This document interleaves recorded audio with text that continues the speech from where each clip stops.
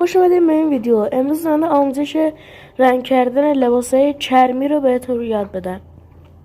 به عنوان مثال من الان میخوام مثلا لباس چرمی رو یا زرد یا سبز یا صورتی یا مشکی یا آبی کنی. مثلا من الان میخوام آبی کنم.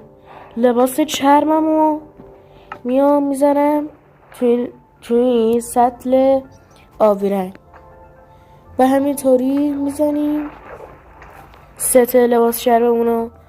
بعد ما الان یک ست لباس چرم آبی رنگ داریم. بذاریم بهتون نشون بدم. نکنید